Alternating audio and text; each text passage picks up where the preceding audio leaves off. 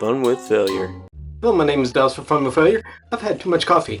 And we got 5 stories for you today. I hope you enjoy, so here we go.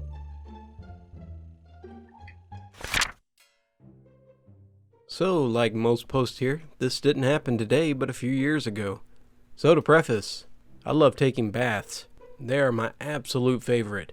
Just soaking in the hot water, maybe watching some trash television on my laptop, and relaxing is everything. My best friend who knew this had gotten some bath bombs as a gift from Lush. She didn't really take baths, so she asked if I wanted them. I didn't really know what they were, but I was an adventurous person, so it looked like a bath was in my future. She told me all that I had to do was drop it in. When I did, it immediately started to break apart and bubble, releasing a great aroma. I'm not going to lie, the color of the water looked ominous. But again, I'm an adventurous person. It can't be that harmful, right? Well, I got in, took an amazing bath. But as I got out, I noticed that there was glitter on my arm, and it wasn't coming off. I looked at my leg, and it was shining too. Now I'm in a panic. I looked at the packaging, and in small letters it said contains glitter. Oh, and I also had to work in an hour. Now I'm a 6'6" black man. And while I am gay, I am more masculine and haven't really ventured into the world of glitter. I got into the shower immediately and started scrubbing, but it wasn't coming off. I looked like I was in the movie Twilighted, and it was everywhere. I mean everywhere, if you catch my drift. I got as much off as I could, but from the looks I got at work, I'm sure I missed some. From what I could tell, it took a few days to get off. So yeah, if you're inspired to buy one of those bath bombs from that post, just make sure that it's glitter free and save yourself some embarrassment. So, this all started last night. A bit of backstory before I get to the F-up. I had a pretty long day running errands and getting chores done, and I was pretty exhausted by the end of the day. However, my weekly Game of Thrones hype kept me going. I watched the episode, and especially after the one last night, I was very happy and excited when my friends texted me to play Overwatch. I had too much energy and couldn't resist. So, there I was at 1 a.m. on a night that likely should have ended at 9 p.m. and here's where the frack up happens. I go up to my room and get ready for bed. I put on my headphones as I usually do and go through my nightly routines. And as I'm finally laying down in bed, I realize I should have to run to the restroom one more time. So I do my business, and my bed is a straight line from the bathroom door. So I began to walk in the pitch black room and feel the bed frame hit my leg. So I'm going to jump into my bed as I normally do, and bang! My face goes straight into the window, and I feel blood rush down my face. It turns out what I thought was my bed frame was actually my nightstand. I jumped right over it face first into the window. While luckily I didn't break the glass, I still had a massive gash in my forehead, and my mom had to rush me to the ER, where I proceeded to get 10 stitches, and I didn't get home till 4 a.m.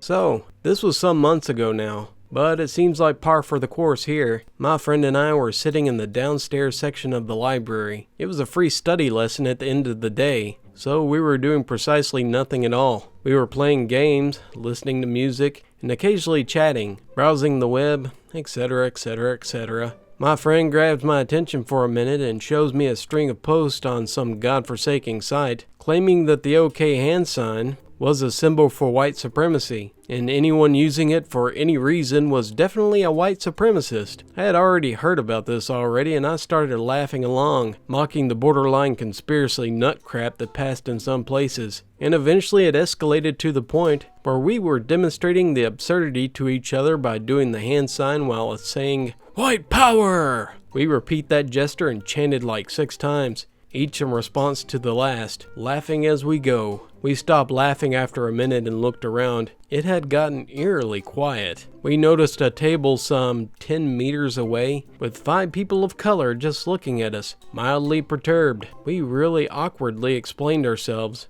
but it's not very effective. Some of them still give us glances.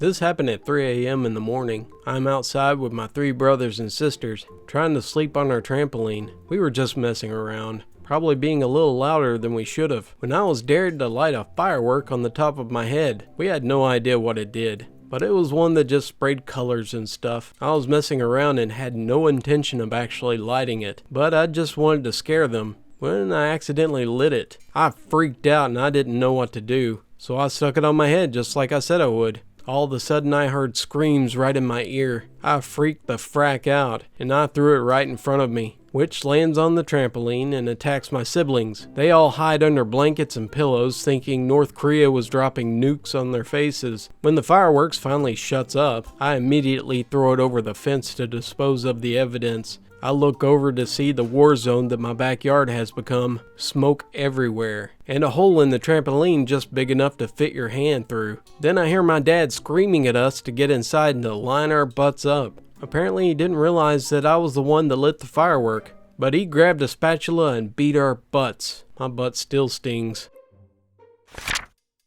I saw a post that reminded me of this story. I did this maybe 7 years ago, and I still haven't pulled a better prank, even if it was an accident. So my sister bought a tiny pepper spray bottle that you can put on your keychain for easy access. As a younger and curious kid, the concept of pepper spray was interesting to me, and I wondered what these things could really do. So while we are sitting in church, I was playing with my sister's set of keys during the sermon. I fiddled around with a pepper spray bottle and eventually sprayed an area a little under the chair in front of me for a tiny second. Nothing happened, and I think I was expecting nothing to happen. My younger mind just thought it was something like opening a switchblade, and thought nobody would get hurt if I didn't use it directly on them. I was horribly wrong. After maybe 30 seconds, some people sitting near the center of the church started coughing a little, then a lot. I was coughing a little too, but they were wheezing. My sister started noticing this and looked at what was in my hands, the pepper spray bottle. My sister yanked me by the shirt collar and angrily but quietly said, "Did you use the pepper spray?" I nodded my head in fear.